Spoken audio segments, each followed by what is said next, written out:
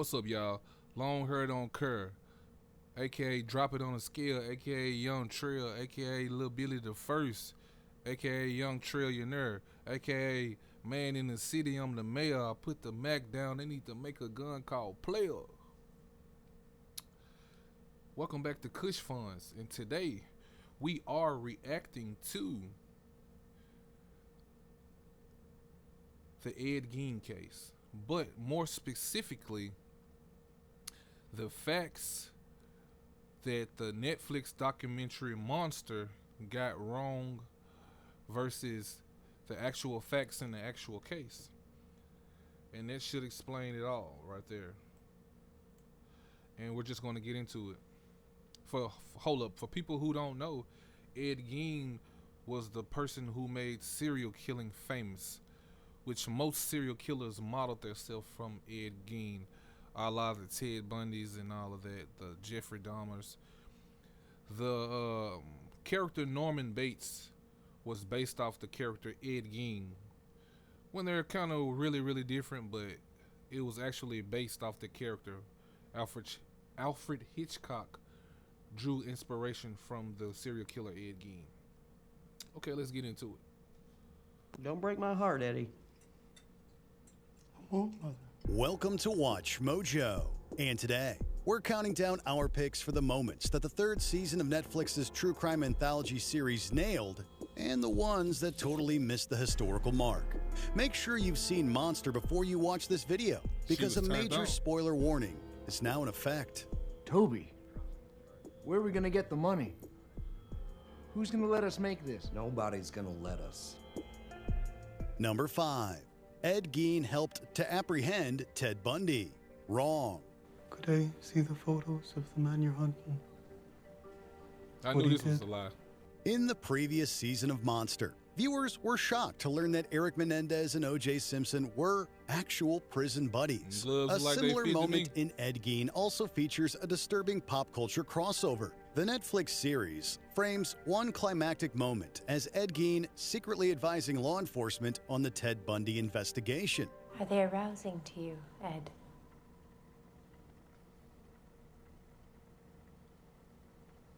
No. No. Might have been when I was younger. Unfortunately for true crime aficionados, that is entirely fictional. In reality, Gein died in 1984, long before the full scope of Bundy's serial murders was understood or resolved. Bundy was arrested in 1978, tried in the early 1980s, and executed in 1989. No credible source ties Gein to any Bundy case assistance. He's a loner, this man. When you're alone too much, your thoughts can make you want to do things. One thing. Other than this guy sounding like Barney Rubble from the Flintstones, this guy he dug up so many bodies and based off the Netflix series, I'm sorry about that, y'all. He killed at least 4 people. So, with that being said, this guy never did any jail time. He spent the rest of his days in a mental asylum and got to walk around and enjoy life and watch TV, just free of his own fruition, I guess. Like, that's saying a lot for WP, white privilege. I spent too much time alone in that house after Mother died. Number 5. Ed Gein was a grave robber. Right. Mother?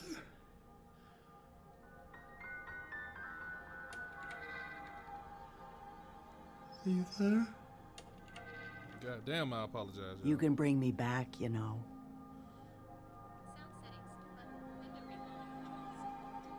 Tell me how.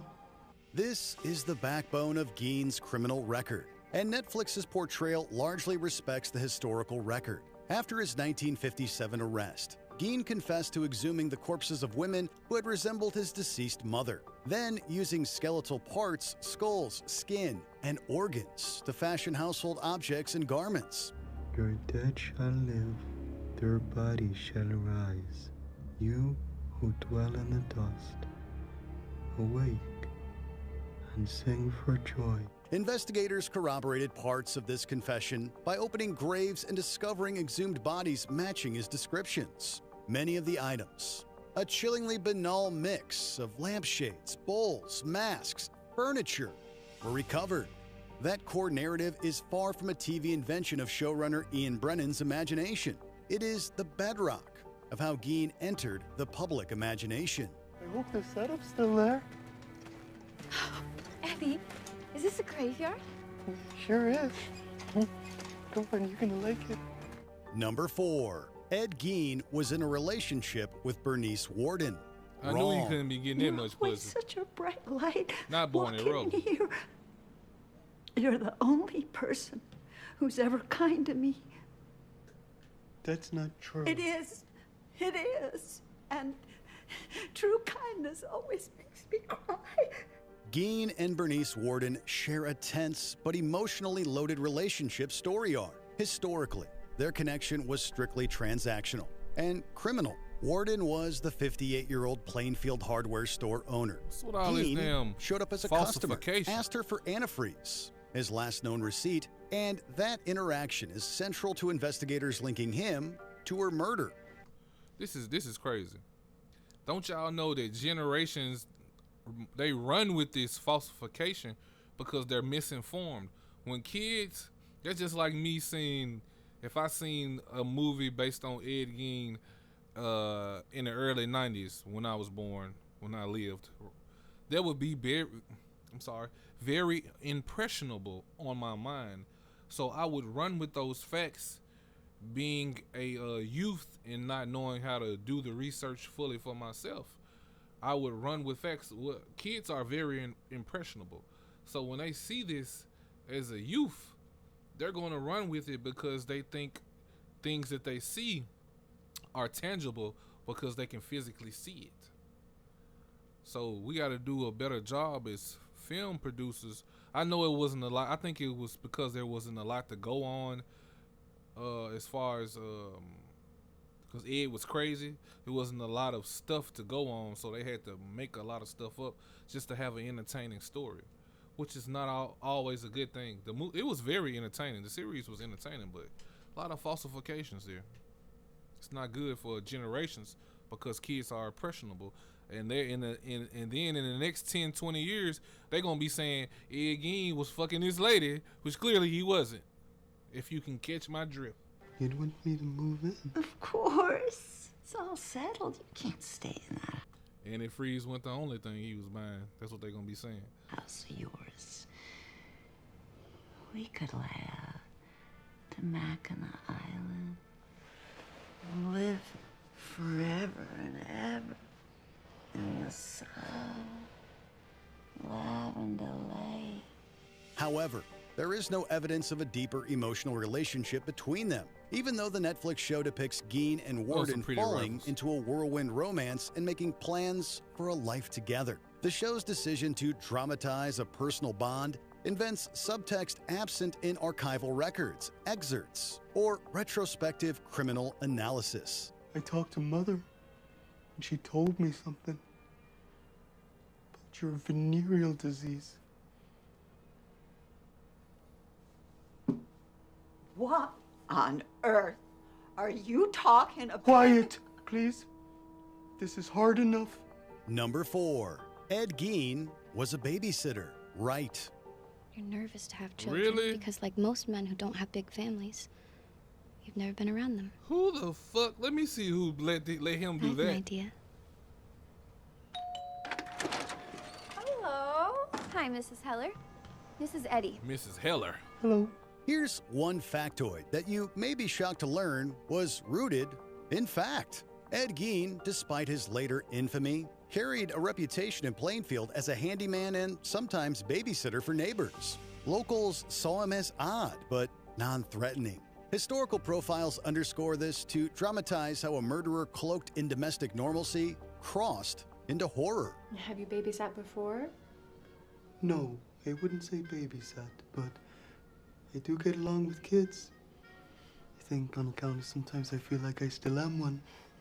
I like doing things that kids like to do, like chasing things through the woods and digging things up and whatnot. Oh, that Lord. detail isn't Hollywood fabrication. They pulled it from What an community interview. anecdotes and earlier journalistic accounts of Gein's life. With that said, though, it should be noted that the series' depiction of Gein's Skullbones. adventures in babysitting is heavily fictionalized, and no evidence exists to suggest that he showed off his collection to young children. How'd you do that? That's not real. Sure is. Wouldn't matter if it weren't. Still a good trick, anyhow. So that's a real finger? Yes, sir. Where'd you get it? Don't matter where I got it. Number 3. Ed Gein killed Evelyn Hartley. Wrong. You were just following me, weren't you? Take one body You off. followed me last night, too. You took my job. What? I'm just a babysitter. That's what I mean. Pilot. That was my job. Helping me with my family plans. One dramatic thread in Monster implies Gein abducted and murdered teenage babysitter Evelyn Hartley, portrayed in Monster in a cameo by pop star and social media personality Addison Rae. That claim is unverified and speculative, but Hartley did indeed disappear in La Crosse in 1953. Years later, after Gein's arrest, he was questioned in Hartley's case. Gein took 2 polygraph tests, which he passed, and investigators found no physical link tying Hartley to his property. All in all, the published record consistently states the case remains unsolved and Gein's involvement is unproven. I said stop! Stop your crying! Number I can believe he 3. did. Ed Gein had an extremely troubled relationship with his mother, Right. All I wanted was a girl. No shit. Prayed and prayed to the good Lord for it, but was not his will, so I must abide by that. No matter how much it pained me to lay with your father. Oh, I only let him defile me Did the twice. chicken You know cook? that. I told you that. Netflix About to walk leans away. heavily into the domineering mother dynamic, and with good reason. Augusta Gein was a religious zealot who preached sexual guilt, isolated her sons, and aggressively discouraged their social contact with women. After George Gein died in 1940, followed by Henry in 1944, Augusta's hold on Ed deepened. It stank like a farm animal. And what did that shiftless drunkard ever give me? First, an evil son who humiliates his mother and is determined to drag us all to 'Cause hell. he And like then I got pussy. you, a son so cussed prone to all again. manner of weakness, who seems set on breaking his mother's heart. When she died a mere year after Henry, Ed sealed off her room, transforming it into a shrine and refusing to let others enter it. That maternal fixation forms the psychological core of his compulsions. The show simplifies and heightens it, but the relationship structure is grounded in established accounts. I'm real sorry about Henry, Mother.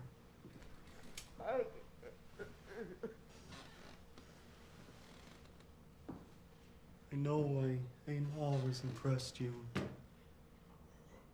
You loved Henry more. He wasn't a good son to you. Number 2. Ed Gein killed his brother Henry. Wrong. Where you Speculatory. been? Oh, Mother's gonna whip you when she sees you. No. Edward. Only one lets my whip him's you. Yeah, okay. Yeah. Stop it.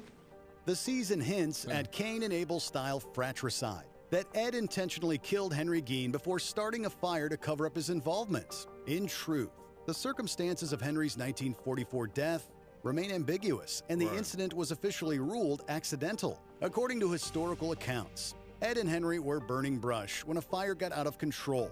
Afterward, Henry's body was found in the marsh. On Monster, Ed bludgeons Henry to death after the latter expresses a desire to be free of their mother's iron grip. Well, Netflix got that one right. I'm in love with Jenny. He might have not have bludgeoned I'm them married. like they put it, but he Mother did says you can't something. do that. Ed, Jenny's twice divorced. come on now. You know what happened, bro. Ed. Some sources mention possible bruising or a head injury, and some retrospective authors suggest suspicion. But no forensic evidence, investigation, or conviction supports homicidal intent or action. The The show turns ambiguity into certainty for dramatic effect. We'll clear that brush tomorrow. Huh? Set some fires before the weather gets worse. We need to get DJ Vlad to interview Ed You're Gein right about from hell. Mother. Yeah, she's a good He'll woman. confess everything. I'll make it right with her. Number 2. Ed Gein inspired history's most famous horror movies. Right. Gein was schizophrenic, was he not? Yes. They are often triggered in early adulthood, and for Eddie, it really seemed like the trigger was these photographs of Nazi atrocities. And had he not seen them? Might have stayed a small-town simpleton. Such is the power of the photographed image. It's amazing. This is one place where how Netflix... Alfred Hitchcock was British, and yet they make a lot of shitty movies and television shows.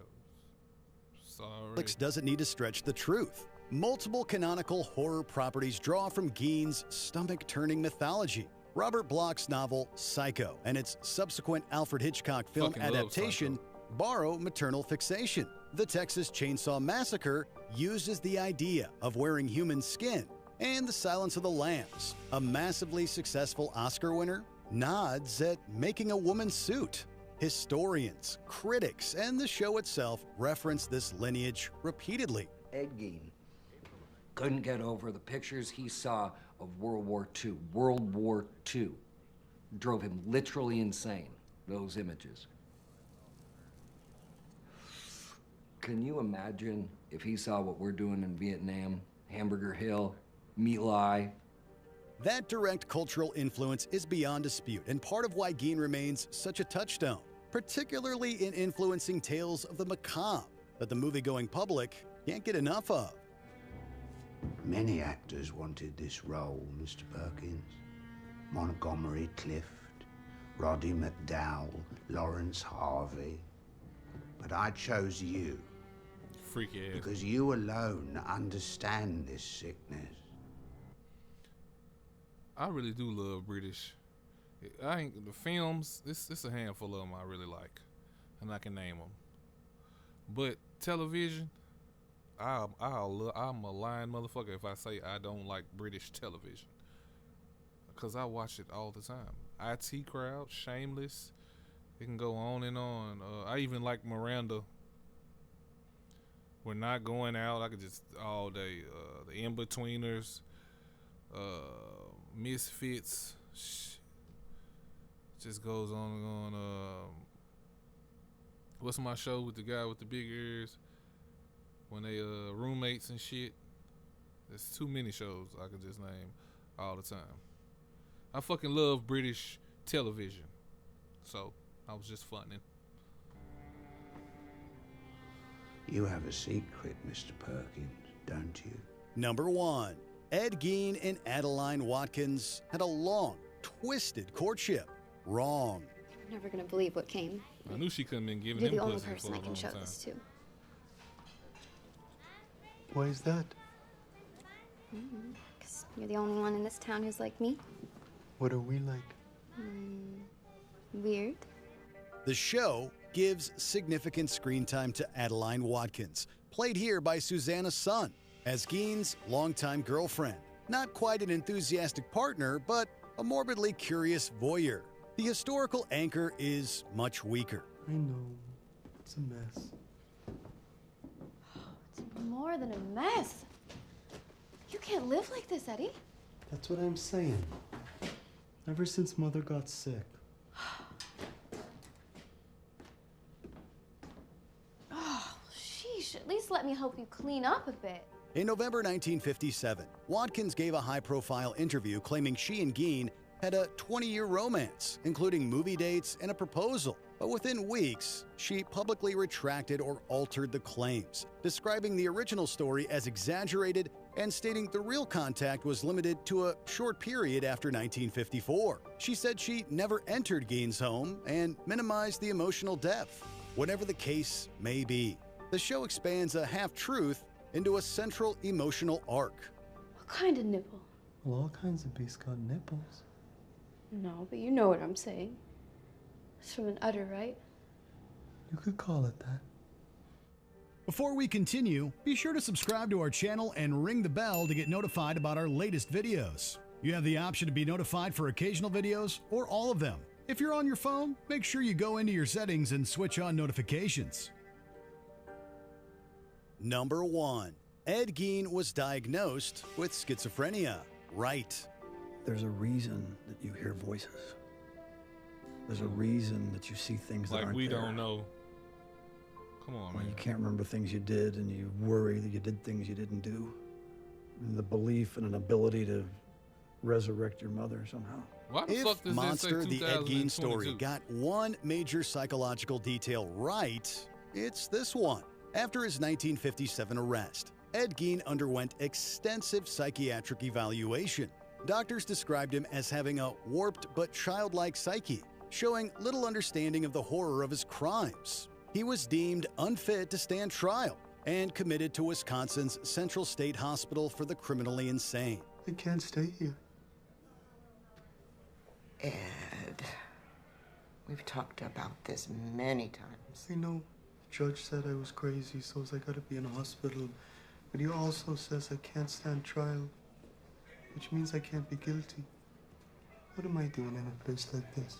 While some modern observers debate whether Gein displayed psychosis or extreme personality disorder, contemporary court documents and expert testimony consistently list schizophrenia as the primary diagnosis. You think? Yes, the show undoubtedly takes liberties with the content and intensity of his visions, but it gets the broad strokes correct. Ed Gein lived in a world detached from reason, ruled by his mother's memory and his own fractured mind.